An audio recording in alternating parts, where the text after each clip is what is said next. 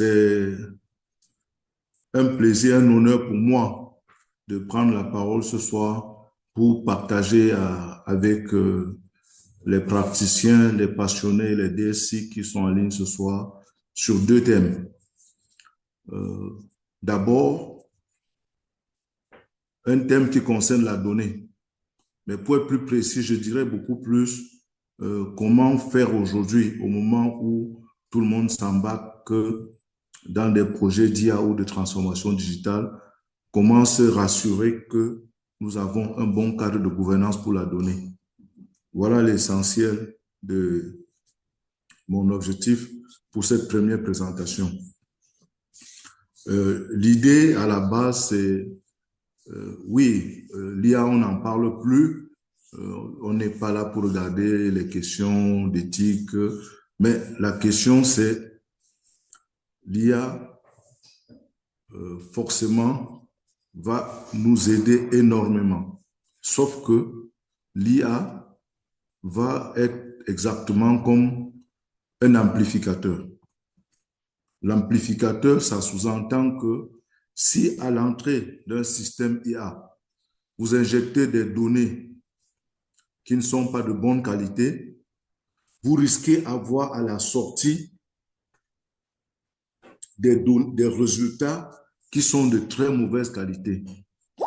Et l'un des éléments clés aujourd'hui pour ne pas se retrouver dans cette mauvaise situation, c'est d'avoir un bon cadre de gouvernance pour la donnée qui fait que la sortie de votre ampli va vous faire gagner en temps et tout ce que ça peut apporter, mais en plus avec une donnée contrôlée. Donc, je compte l'exposer en 3 points. Pourquoi l'IA dépend des données et comment est-ce qu'on peut structurer l'encadrement pour que la donnée à l'arrivée soit bonne. Et pour y arriver, on va déjà se demander même, c'est même quoi la gouvernance des données. Et on va voir que avoir une bonne gouvernance de données, ça s'appuie sur beaucoup d'éléments. Si on prend par exemple les 11 domaines de connaissances en machine de gestion de la donnée du DMBOK, on aura 10 aspects. Donc, on n'a pas assez de temps pour parcourir tout ça. Je vais juste prendre 3 briques qui donnent des bons piliers pour mettre une bonne gouvernance des données. Et ensuite, quelques orientations pour agir. Donc, encore une fois, nous manipulons beaucoup de données, mais une donnée biaisée va forcément aboutir à des décisions biaisées. Une donnée incohérente va donner des prédictions fausses. Des données non expliquées va donner des résultats qu'on peut contester. C'est pareil, cette image de la donnée vue comme une bibliothèque. Alors, vous imaginez une bibliothèque de 2-3 étages sans un catalogue. Vous avez une richesse inouïe, mais vous n'avez aucun élément clé pour vous aider à retrouver la bonne information au bon moment, au bon endroit. Voilà ce que c'est que une donnée sans cadre de gouvernance. Alors, comment faire donc pour avoir une bonne gouvernance des données? Alors, je ne vais pas trop rentrer dans c'est quoi la gouvernance, c'est quoi la gouvernance IA, c'est quoi la gouvernance IA, c'est quoi la gouvernance des données. Je veux juste dire, pour ce 5 bonnes questions qu'on peut se poser pour savoir si effectivement notre donnée est bien gouvernée. L'idée, c'est est-ce qu'au sein d'une organisation, vous prenez n'importe quelle entreprise, vous prenez n'importe quel responsable métier, vous prenez n'importe quel DSI, est-ce qu'on connaît les données qu'on manipule au sein de notre organisation? Ça sous-entend qu'il y a inventé un catalogue de données. Est-ce qu'on a la connaissance du sens, de la signification de ces données? Et pour qu'on ait une réponse, ça sous-entend qu'il y a un glossaire, une définition des données. Est-ce que ces données nous aident à donner de l'assurance?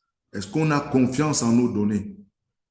Sinon, on sera retrouve dans une situation où on a des projets de transformation digitale où on a investi beaucoup de millions et c'est à mi-parcours qu'on commence à se donner si toute la donnée transformée en information est présentée aujourd'hui sous forme d'outils décisionnels était une donnée de bonne qualité. Alors, imaginez que vous arrivez en bout de course de votre projet de transformation digitale avant de vous rendre compte que la donnée n'était pas de bonne qualité.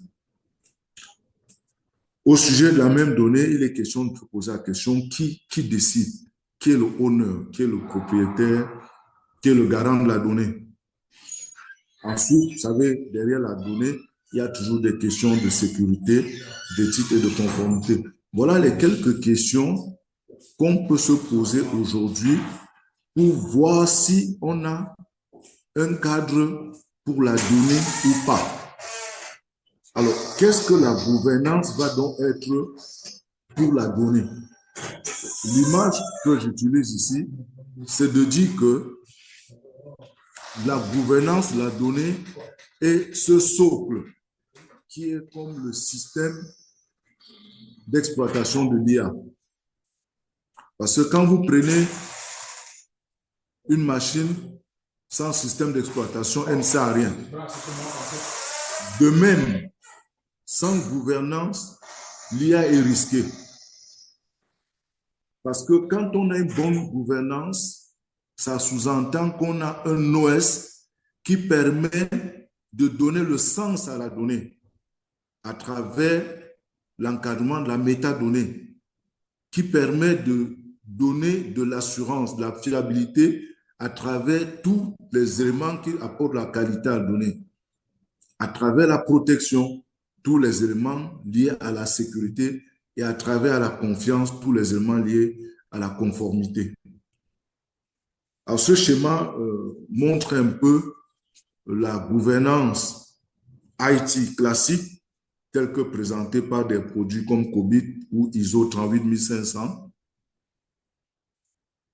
L'ensemble des processus, des mécanismes et des relations qu'on met en place pour garantir que notre système est aligné sur les attentes du métier et donc crée de la valeur. On a de ce côté au milieu un bon cadre de gouvernance pour la donnée et à l'autre extrémité, un bon cadre de gouvernance pour l'IA. Donc, on peut se résumer en disant qu'on ne peut pas gouverner l'IA sans gouverner la donnée et on ne peut pas non plus gouverner la donnée sans avoir une gouvernance IT solide. Je vais naturellement partager avec vous ces quelques slides. Et l'image des deux éléments qui nous montrent le socle de ce que c'est qu'une bonne gouvernance de la donnée en termes de définition. Nous pouvons donc maintenant enchaîner avec trois briques clés. J'ai dit tantôt que tous les éléments de la gestion de la donnée s'appuient sur à peu près 10 ou 11 domaines. Nous n'allons prendre que trois ici. L'un des domaines, par exemple, c'est la métadonnée.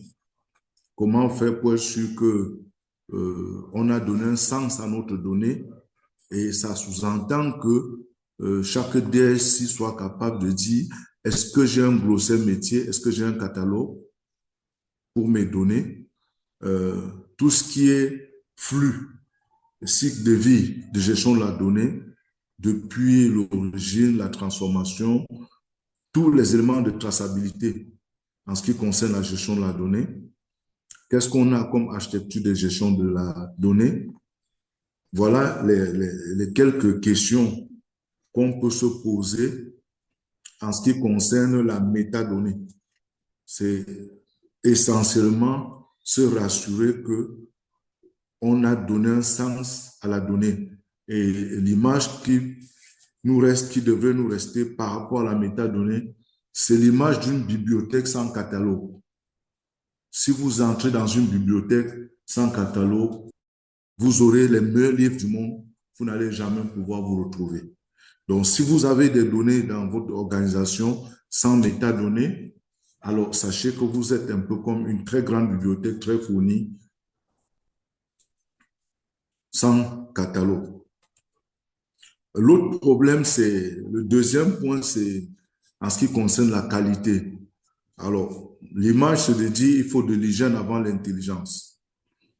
Si on ne se rassure pas que la donnée est de bonne qualité, qu'elle est propre, vous êtes un peu comme un grand maître cuisinier qui est 5 étoiles, mais à qui on a donné des mauvais ingrédients.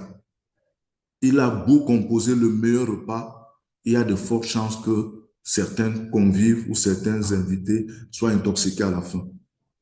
Donc, il est extrêmement important aussi de se rassurer que nous avons appliqué à notre donnée l'hygiène qu'il faut afin de tirer de cette donnée l'intelligence qui va être source de valeur et opportunité pour générer du bénéfice pour l'organisation. Et ça s'appuie sur quelques éléments clés, comme se rassurer que la donnée, elle est adaptée à l'utilisation, les quelques critères sur les qualités de la donnée en termes de complétude, validité. En général, ces critères de qualité sont intrinsèques, contextuels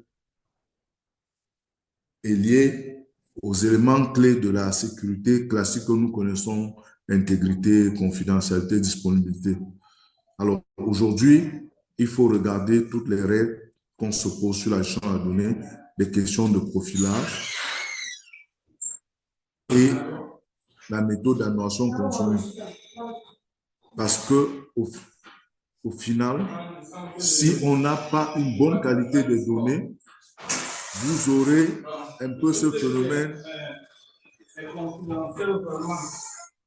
de gigot, c'est-à-dire tout ce qui est entré de mauvaise qualité s'amplifie à la sortie.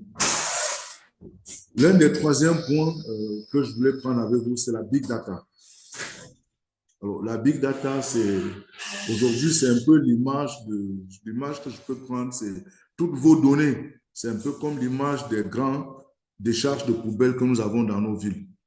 Vous avez des décharges qui sont déjà un peu structurées, où on a classé plastique, déchets dégradables. Et là, c'est du data lake. On est sur une donnée exploitable. C'est une donnée sur laquelle on peut passer une requête SQL. Donc, si vous ne structurez pas bien votre donnée, tout ce data lake, tout ce réservoir de données qui devient source de valeur pour l'organisation va devenir un marécage. Et un marécage, c'est vraiment du data swap, c'est toute votre donnée devient finalement quelque chose d'encombrant pour l'organisation. Pourtant, les mêmes données auraient été source de création de valeur. Il ne faut pas l'oublier, aujourd'hui, la donnée doit être considérée comme un actif. Quand on dit actif, c'est un bien de l'organisation. Il doit être regardé comme votre data center, comme votre salle machine, comme vos serveurs, parce que la donnée est aujourd'hui source de création de la valeur. En plus, elle est réutilisable.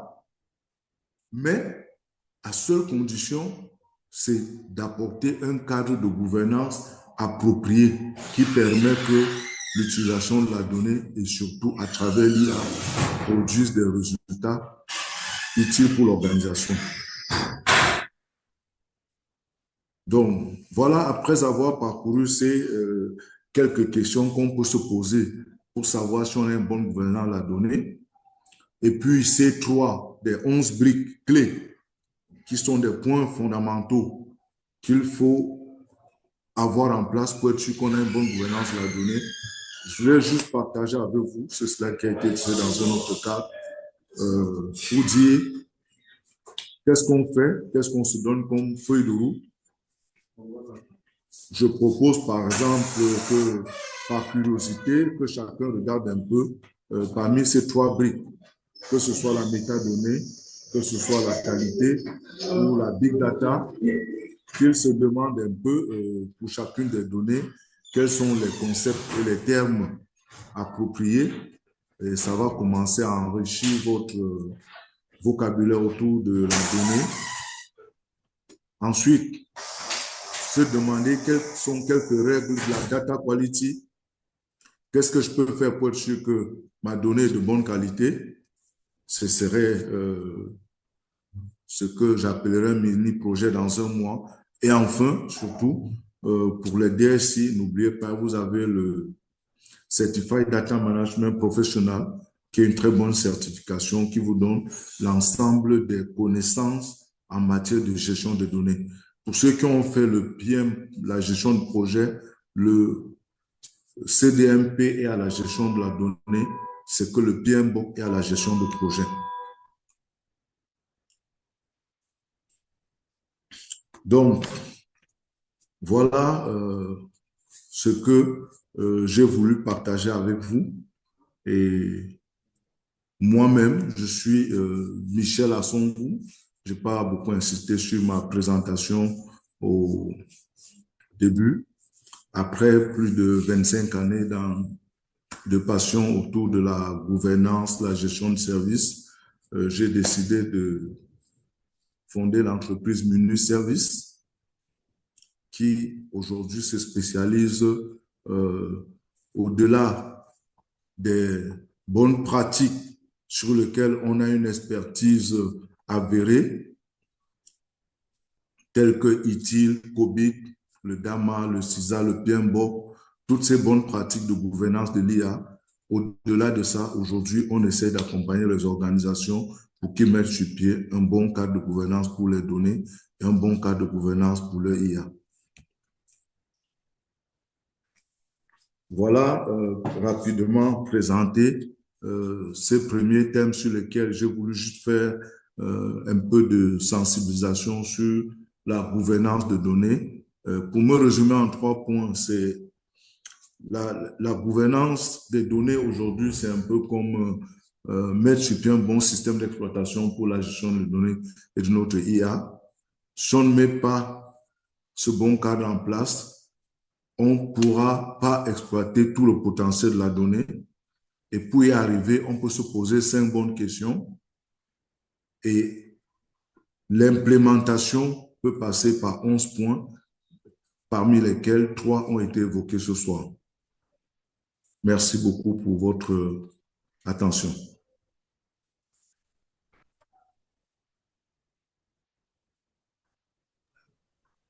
OK.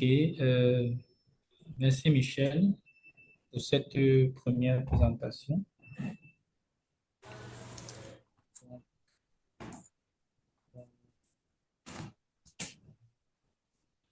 Si jamais il y a quelqu'un qui a une question.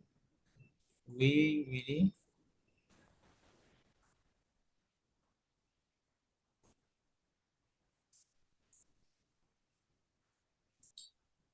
Non, je veux juste dire merci à Michel. Sa présentation était très claire et très succincte.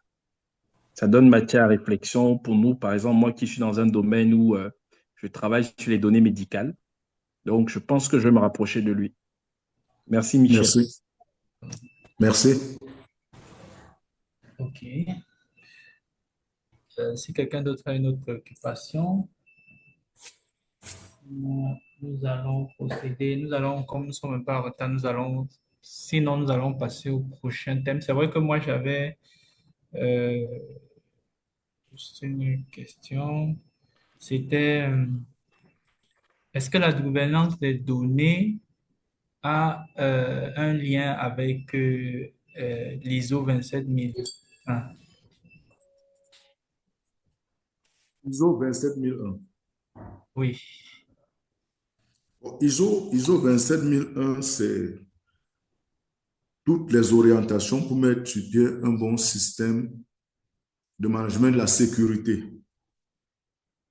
Et forcément, quand on regarde toutes les clauses, les éléments de sécurité d'un bon système touchent aussi la donnée. Mais là, tu es plus sur une dimension protection. Alors, j'ai pas... Vous voyez, il y a 3 dimensions, je peux dire. Tu as la dimension gouvernance qui met en place les cadres, les politiques, les structures, les organes, les mécanismes, les interactions entre les instances de gouvernance et de gestion. Et ISO 27001 peut être un peu plus sur une couche opérationnelle. Donc, si tu prends le schéma de l'organisation qui te dit la couche stratégique, la couche tactique et la couche opérationnelle, je mettrai le cadre de gouvernance au-dessus de la couche stratégique, ISO sur la couche tactique et tous les autres briques, tous les autres 11 domaines sur la couche soit tactique, soit opérationnelle. Les deux ne sont complémentaires. Ok, donc les deux se complètent en fait. Oui, oui. D'accord. Bon, merci parce que après avoir reçu une présentation d'ISO 27001, ça me faisait un peu réfléchir par rapport à ce que tu venais de faire parce que je ne voyais pas le lien. Il est supposé y avoir un lien, donc c'était un peu à ça que je pensais. Ok, bon, Clément Bavois n'étant pas disponible, je pense que nous allons rapidement passer au deuxième thème vu qu'on n'a pas beaucoup de temps. Alors, donc, je vais remettre la parole à Michel. Je ne sais pas si ton deuxième thème est déjà prêt. Bon, Yes. ok. Je vais juste partager ma présentation. Ok. D'accord. Si entre-temps, quelqu'un a une question relative à l'exposé sur la gouvernance des données à l'ère de l'IA, n'hésite pas à poser sa question.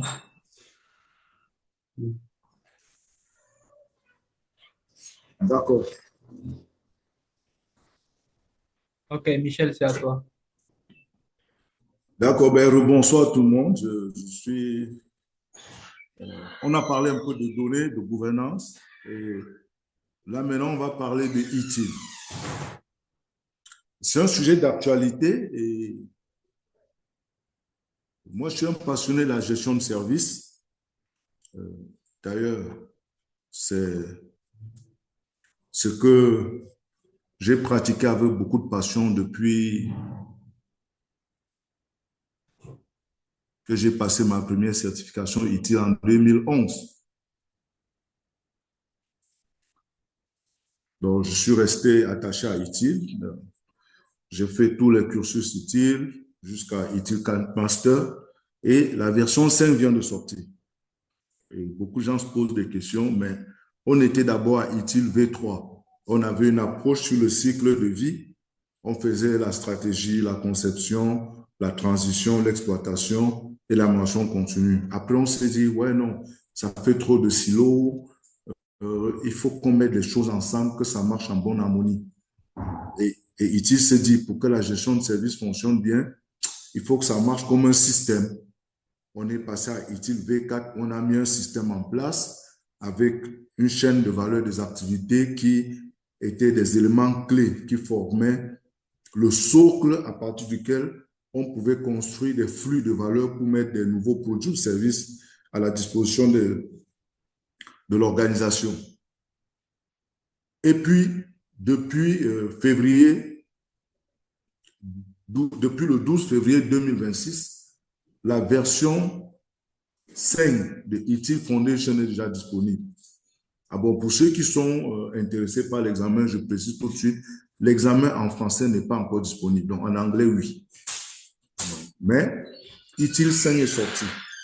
Alors, la première question, c'est qu'est-ce qui change?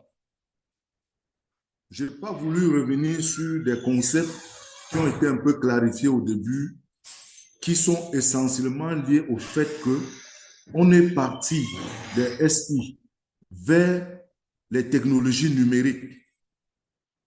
Et le SI classique, on était d'abord sur le système d'information. On est passé sur le système informatique. On est passé au système d'information, technologie numérique. Ceux qui travaillent sur d'autres domaines vont souvent entendre parler des technologies 2.0, 3.0, 4.0. Et là, maintenant, on est en train d'évoluer vers le 5.0. Mais nous, en service, des technologies numériques, on est plus dans du 4.0.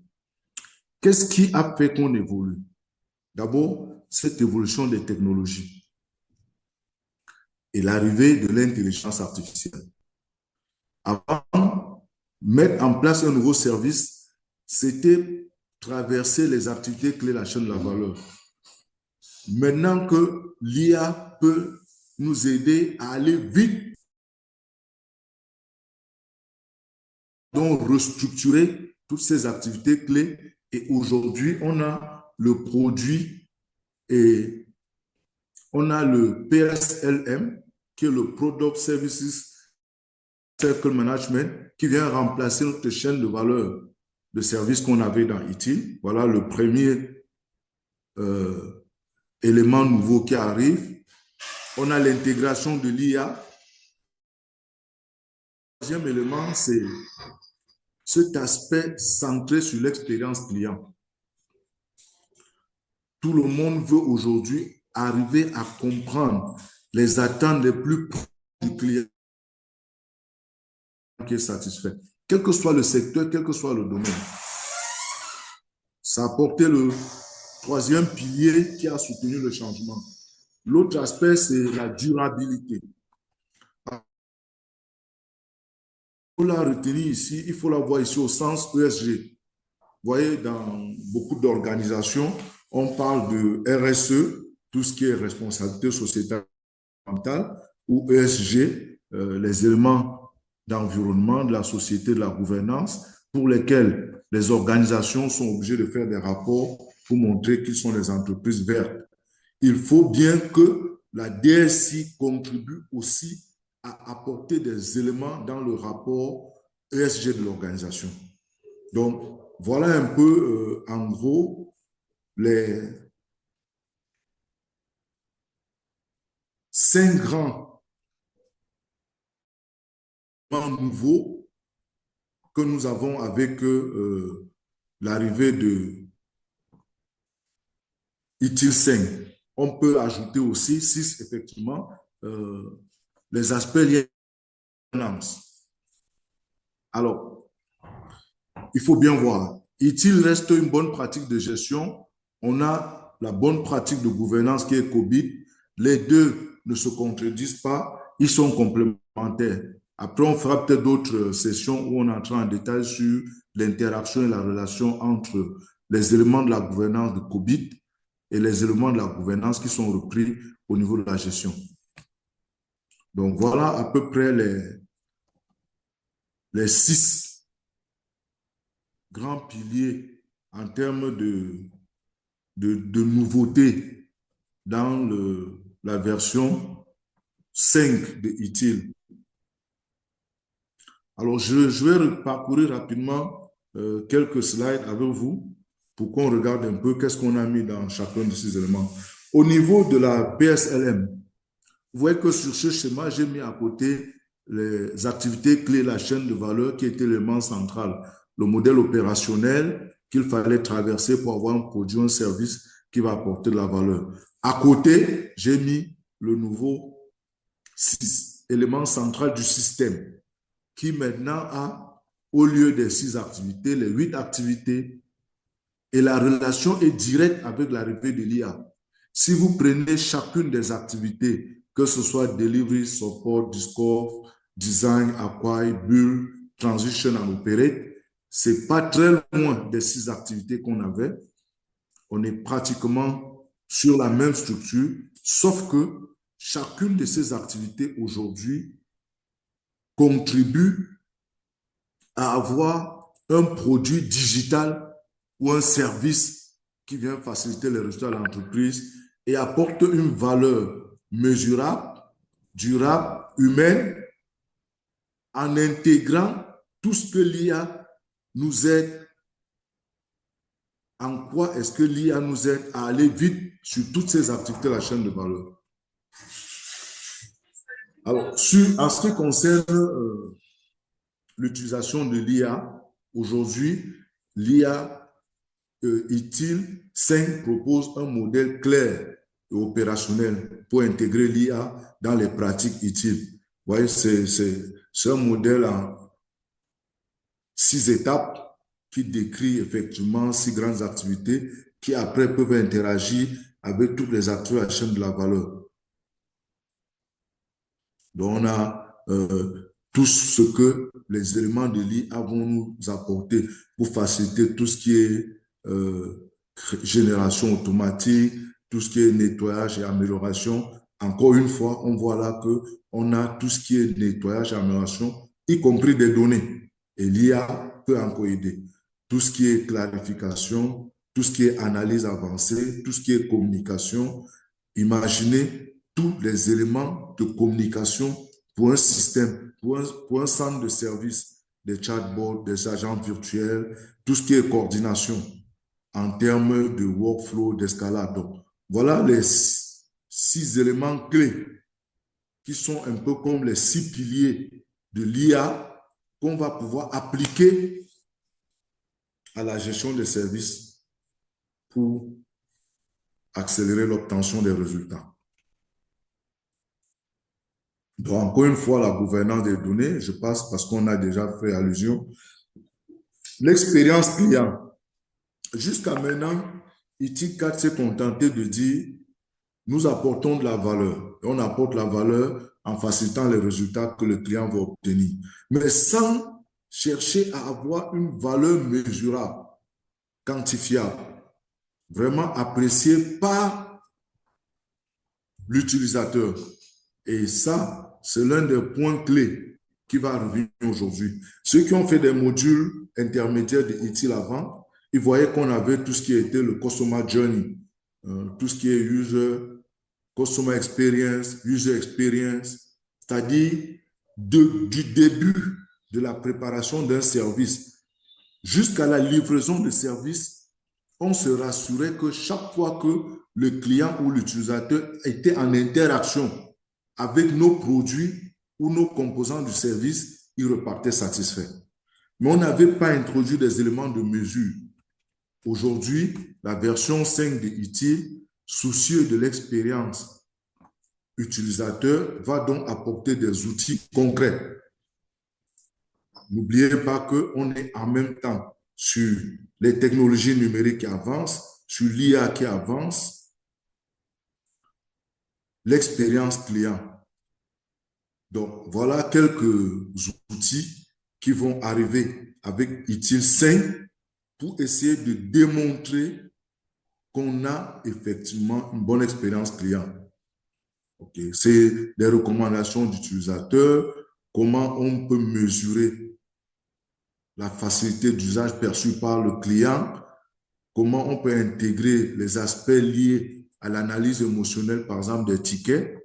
N'oublions pas que d'un autre côté, sur toutes les bonnes pratiques de gestion de projet, de gestion de services, on est arrivé à démontrer que les équipes les plus solides, ce n'est pas les équipes qui sont les plus techniquement douées, mais c'est des équipes qui ont un niveau d'intelligence émotionnelle et d'empathie très élevé.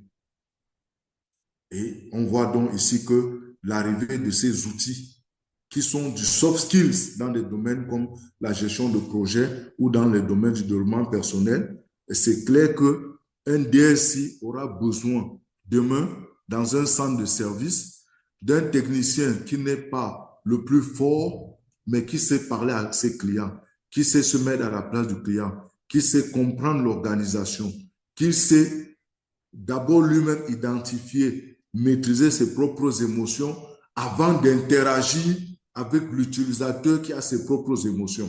Mais comment on va pouvoir arriver à mesurer et à reporter sur ces éléments-là? Encore une fois, le service journey et le time to value qui vient aussi avec tout ce qui est vitesse de mise en service. Alors, les aspects liés à la durabilité, je l'ai déjà dit, c'est pas nouveau pour l'IT, c'est pas nouveau pour la DSI, c'est beaucoup plus exigé pour nos organisations. Je peux poser une question de toutes les DSI qui sont en ligne aujourd'hui. Combien sont dans des entreprises qui ont un rapport ESG annuel? Il faut savoir que même ceux qui l'ont, ça date de très récent. Même dans des grands groupes, il n'y en avait pas. Maintenant, tout le monde veut montrer aux partenaires internationaux, aux instituts internationaux, aux organismes de notation qu'ils sont verts, qu'ils respectent l'environnement, qu'ils respectent la société dans laquelle ils vivent, qu'ils ont une gouvernance saine.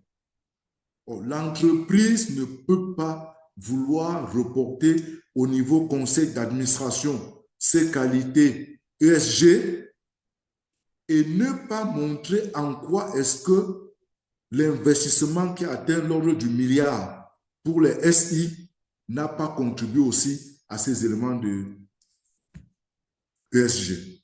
Donc, j'ai repris un peu ici comment le DSI peut anticiper en essayant de montrer qu'il intègre déjà les critères ESG dans ses pratiques. Par exemple, l'efficacité énergétique. Si nous avons abandonné une sale machine pour aller sur du cloud, on a diminué la consommation d'énergie, même si sur le cloud, ça pose des problèmes de consommation d'énergie, mais au moins en local, on montre qu'on a diminué notre quantité d'énergie utilisée. Donc, tous ces éléments-là, on doit pouvoir montrer notre impact positif sur l'environnement, notre impact positif sur la société, arriver à avoir une expérience utilisateur qui est waouh. On peut démontrer que ça apporte un apaisement aux utilisateurs qui sont déjà trop stressés. Et même les RH peuvent dire que l'IT nous aide aujourd'hui à avoir un environnement moins toxique. Parce qu'au moins, les gens sont contents d'utiliser les nouvelles solutions extrêmement adaptées à leurs attentes et à leurs besoins. De l'autre côté, on a des critères liés à la gouvernance qui sont déjà repris dans des pratiques comme COVID ou comme la norme ISO 38500. Donc, voilà quelques éléments qui peuvent permettre au DSI de commencer à préparer leurs éléments. Parce que d'ici la fin d'année, pour sortir le rapport ESG de l'entreprise, la direction générale va demander à chaque métier de donner les éléments pour lesquels ils ont contribué à chacun des critères ESG. Si vous aviez anticipé dans vos pratiques de gestion en ressortant qu'est-ce qu'est votre apport pour les aspects ESG, vous n'aurez plus à perdre du temps. Et je pense d'ailleurs que cet aspect ESG qui arrive aujourd'hui est un avantage pour nous en Afrique. Parce que nous avions déjà la possibilité de donner des éléments de reporting qui soutiennent chacun des critères ESG en termes d'électricité, en termes d'infrastructures. Nos infrastructures sont fragiles en termes de contraintes de budget, en termes de régulation énergétique. Donc, nous avons de l'avance sur ces bonnes pratiques et trouver des éléments pour justifier les critères ESG, je pense que ce ne sera pas très difficile. Il parle aussi d'une gouvernance auditable. Bon, ce que je peux dire à ce niveau, c'est dès lors qu'on a bien encadré, y compris l'IA, y compris tout ce qui est produit, le cycle de vie des produits et services, alors on répond à une des exigences de la gouvernance. C'est pour ça qu'on parle d'une gouvernance auditable. Parce qu'on a beaucoup plus d'éléments opérationnels sur lesquels on peut montrer qu'on est bon en termes de gouvernance. Quelques activités clés au niveau des pratiques de gestion qui viennent soutenir la gouvernance, par exemple l'évaluation, la bonne capacité à analyser les contextes, les opportunités, les options, tout ce qui est orientation et direction, tout ce qui est surveillance et tout ce qui est engagement avec les utilisateurs, les parties prenantes. On a ici 4 activités qui transforment la gouvernance en des éléments purement opérationnels. L'idée, c'est de dire, quand je dis que j'ai une bonne gouvernance, c'est quoi concrètement? Voilà des activités qui peuvent vous aider à rapidement avoir des éléments pour justifier les bonnes pratiques de gouvernance. Alors, on a déjà évoqué la relation entre la gouvernance, qui doit être solide, pour qu'on ait une bonne gouvernance des données aussi, une bonne gouvernance de l'IA. Je ne reviens plus là-dessus. On passe d'une gouvernance déclarative vers une gouvernance auditable. C'est ce que ITIL présente aujourd'hui comme étant une évolution.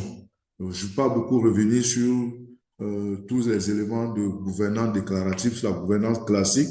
J'aurais dû faire un slide sur la structure de la gouvernance avant d'y arriver, mais on peut retenir ici que l'idée, c'est de dire on peut parler de la gouvernance avec des éléments opérationnels qui soutiennent les exigences des cadres de gouvernance structurelle. Alors, voilà un peu présenté les 1, 2, 3, 4, 5 grands piliers qui soutiennent l'évolution de ITIL.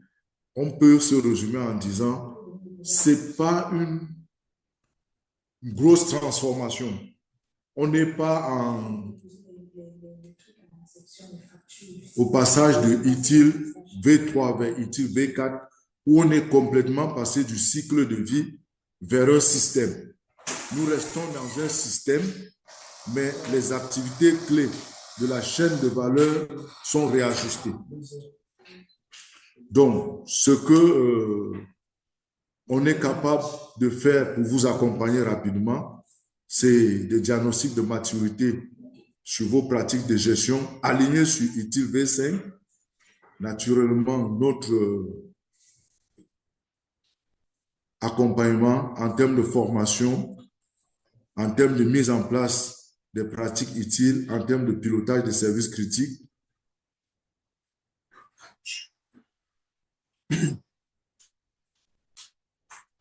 Donc, voilà pour le début, ce qu'on peut en ce moment dire de façon sommaire sur les 6 grands piliers qui soutiennent l'évolution de ITIL V4 vers la version ITIL V5. Merci beaucoup pour votre attention. Je reste ouvert pour des questions. Le produit est nouveau. Je n'ai pas la prétention d'avoir la vue exhaustive, mais je partage avec vous tout ce qui est déjà connu et rendu disponible auprès des formateurs accrédités et des experts comme moi. Merci beaucoup pour votre attention. Au sujet de la première présentation, je vais juste me résumer en disant que tout le monde a de la donnée. La donnée est devenue un actif. La donnée peut devenir source de création de valeur pour l'organisation. Et parce que la technologie nous aide aujourd'hui, il ne faut pas non plus croire que tout ce que la technologie nous aide à faire est bien. C'est pour ça qu'il y a toujours des questions de réglementation et de loi. Malheureusement, les technologies vont plus vite que les lois. C'est pour ça qu'on a besoin d'éthique et des cadres de gouvernance appropriés. Parce que ce n'est pas parce qu'on peut tout faire avec la technologie que tout est bien. Ça, c'est le premier aspect. C'est la donnée est devenue un actif.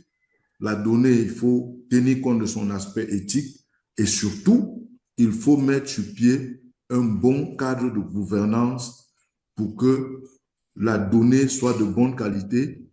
Et si la donnée est de bonne qualité, nos systèmes d'IA vont utiliser des données de bonne qualité, les amplifier et on aura des résultats meilleurs pour nos organisations. C'est tout ce que je pouvais dire avec vous. Merci encore pour votre écoute. Bonne soirée à tout le monde.